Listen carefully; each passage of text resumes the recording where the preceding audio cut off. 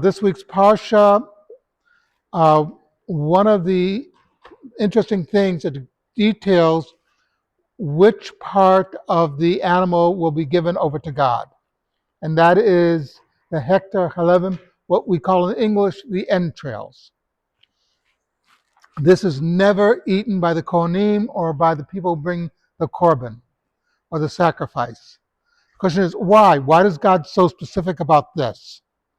One of the things that we have to remember is that one of the most that's going on in the Torah is getting Egypt out of the Jews. Getting the Jews out of Egypt, like I always say, that was the easy part. You know, we were slaves, get them out, we're all on board.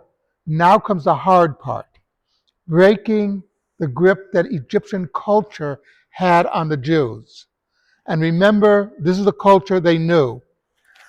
The Torah is bringing forward a whole new concept in society.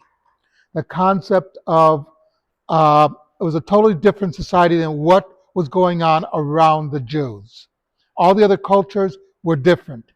The entrails, the importance of the idea of the entrails, in the ancient world, the way that you determined the future, divination, was you would read the entrails.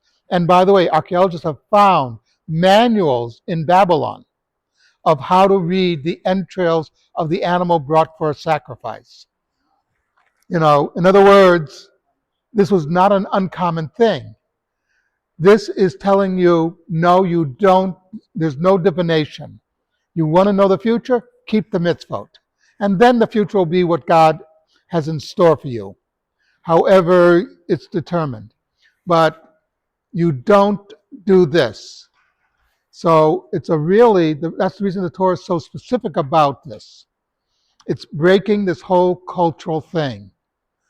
As it says in Pirkei Avot, we do not have a star. We can't look up at the stars and predict our future.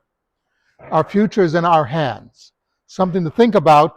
I think we still have a minyan, so Kaddish Rabbanim.